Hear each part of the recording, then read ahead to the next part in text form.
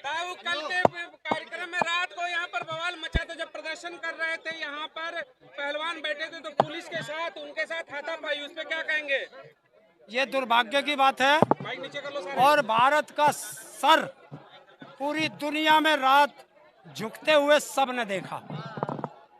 जो बेटियों के साथ इस तरह का अपमान करेगा, बेटियों का अपमान करेगा और भारत का प्रधानमंत्री और गृह मंत्री चुप रहेगा तो समझ लो उनकी सहमति से बेटियों के साथ रात की घटना हुई है। जिस तरह से पहले नेताओं ने किया, फिर अब दिल्ली पुलिस ने उसी घटना को दोहराया, महिलाओं के साथ अभद्रता की, गाली गलौज की, उस पर क्या कहना है आपका? देखिए, जुल्म ही जुल्म करेगा सत्ता के गलियारों से और चप्पा चप्पा गूंज उठेगा इंकलाब के नारों से। तो बेटियों के साथ रात जो इन्होंने किया, रात के अंधेरे में लाइट काट करके करते हैं तो उसे कायर कहते हैं। और उन कायरों को सबक सिखाने के लिए उन बेटियों का परिवार मैदान में आ चुका है। 12 दिन की लंबी खामोशी सरकार की वजह क्या है? गिरफ्तारी से अपराधियों का साथ देना, अपराधियों के साथ खड़े रहना और भारत के प्रधानमंत्री का चुप रहना तो साफ जाहिर करता है कि अपराधियों का साथ भारत का प्रधानमंत्री और गृह मंत्री दे रहा मोदी चुप्पी क्यों नहीं तोड़ रहे हैं? मोदी चुप्पी क्यों नहीं तोड़ रहे हैं? यार चुप्पी, अब ये मैं कैसे बता सकता हूँ? ये तो तुम जानो, उनसे पूछ के देख लो। दिमाग में क्या आया जब आपने ये खबर रात में सुनी कि किस तरीके से जो पहलवानों की झड़प है पुलिस से हुई? क्या आपने सोचा, क्या आपका आने के लिए यहाँ पर मन हुआ? देखिए, सबसे पहली बात सोच की, तो सोच ये है कि बच्चे अपने अधिकारों के लिए लड़ रहे हैं और बच्चों को हिंसक करके उनका आंदोलन खत्म करने की रात साजिश रची गई थी। धन्य है बच्चे, उन्होंने उस साजिश को नाकाम किया और यहाँ आने की बात रही तो जिनकी बेटियां सड़कों पर हैं तो आज देश का कोई एक नागरिक ऐसा नहीं होगा जो बेटियों के सम्मान में यहाँ ना आए। क्या देश के अंदर बेटियां सुरक्षित हैं? नहीं है। जब देश के अंदर कानून व्यवस्था नहीं है, देश के अंदर संविधान का राज नहीं है, देश के अंदर लोकतंत्र नहीं है तो बेटियां देश के अंदर सुरक्षित नहीं है। इस शर्मनाक घटना के बारे में पुलिस के बारे में क्या कहेंगे?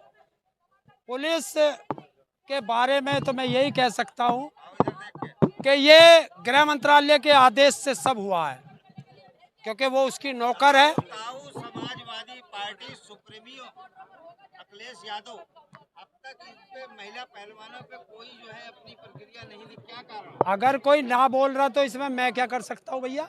आप तो मैं आदमी कहे जाते हैं कौन कहता है खास? अखिलेश यादव के। खास तो मैं मोदी का भी था। कहा जा रहा है ये प्रोपेगेंडा है सारा, इस किसका? तरीके से पुलिस से झड़प करना, क्या क्या बयां कर रहा है? अच्छा, झड़प भी हम करें और सिर भी हमारे फुटते हैं, ऐसा हो सकता है? पुलिस वाले भी तो चोटिल हुए हैं। कौन हुआ? छोटे हुए हैं। अरे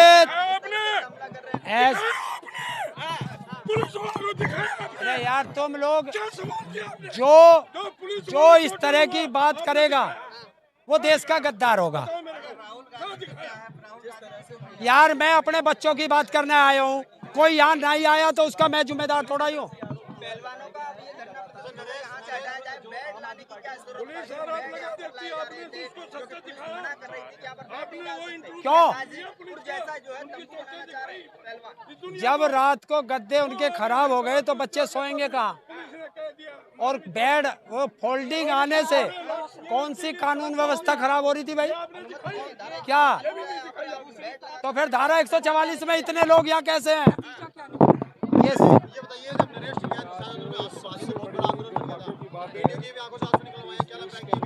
तो ये बेटियां किसकी है? ये बेटियां भी तो हमारी हैं और हम अपनी बेटियों के लिए छोड़ देंगे? हमारी बेटियों की तरफ आंख उठाने वाले को ये देश कभी माफ नहीं करेगा।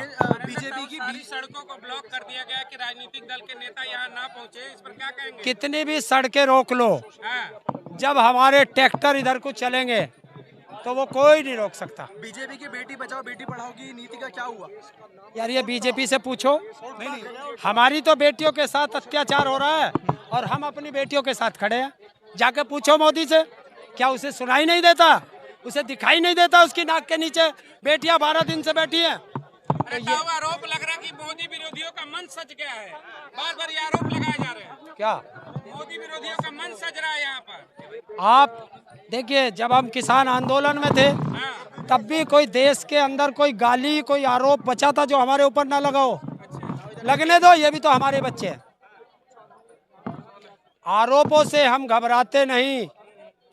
और फिर एक वही डायलॉग ताऊ का कि मत छेड़ो बेटियों को, लड़ना मुश्किल होगा। और बेटियां अब के बैठ गई हैं जंतर मंतर पर। ऐसा इतिहास लिखेंगी कि मोदी तुझे पढ़ना मुश्किल होगा। कह रहे हैं कि किसानों पहलवानों के कंधों पर रखकर जो है अब अलग तरीके की राजनीति की जा रही है।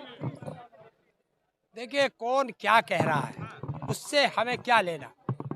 हम सिर्फ दो व्यक्तियों से बात करते हैं, या तो देश के प्रधानमंत्री से या देश के गृह मंत्री से। बाकी तो हम कुत्ते समझते हैं, कोई कितना ही भौंकता रहे, हम कुत्तों की भाषा समझते हैं। ब्रजभूषण ने पूरा पाला जो गेंद है मोदी और अमित शाह के पाले में फेंक दिया। अगर वो कहेंगे तो इस्तीफा दूंगा। और हम जब से कह रहे हैं कि मोदी और अमित शाह अपराधी को बचा रहे हैं, वो उसने साबित कर दिया कह के। हरेंद्र ताऊ, ब्रजभूषण ने कहा था कि हम कोई व्याघ्र की रोटी थोड़ी खाते हैं यहाँ पर।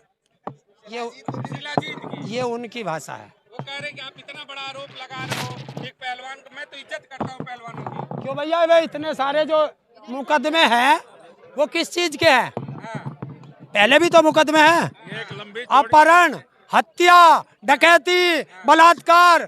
कौन सी ऐसी धारा है जो ब्रजभूषण पर नहीं लगी हुई? ब्रजभूषण का तो कहना है कि वो तो उन्होंने तो कुश्ती को बचाया है। यार एक चीज तो बता, हिंदुस्तान में ऐसा कोई व्यक्ति बता जिसने अपराध किया हो और उसने कहा हो मैं अपराधी हूँ। अपराधी फांसी के फंदे पर झूलने तक कहता है मैं अपराधी नहीं हूँ। आसाराम भी वही कहे, राम रहीम भी वही कहे, चिन्मयानंद भी वही कहे, और जो निर्भया कांड के आरोप वे थे अपराधी, फांसी के फंदे तक उन्होंने भी यही कहा था। तो पॉस्को एक्ट भारत के संविधान में है और उसमें है कि वो धारा लगते के साथ अपराधी जेल जाएगा। तो क्यों नहीं जा? तो इसलिए मैं कह रहा हूँ भारत में संविधान नहीं है। ब्रजभूषण कह रहे हैं कि अब एफआईआर तो हो गए, अब घर जाइए। है? उन बीजेपी वालों से पूछ के आ कि तुम्हारे किसी नेता का बेटा है, किसी उद्योगपति का बेटा है, किसी ब्यूरोक्रेट का बेटा है पहलवानी में? अरे हम किसान और मजदूर के बेटों के बच्चे हैं, तो हम अपने बच्चों के साथ मरते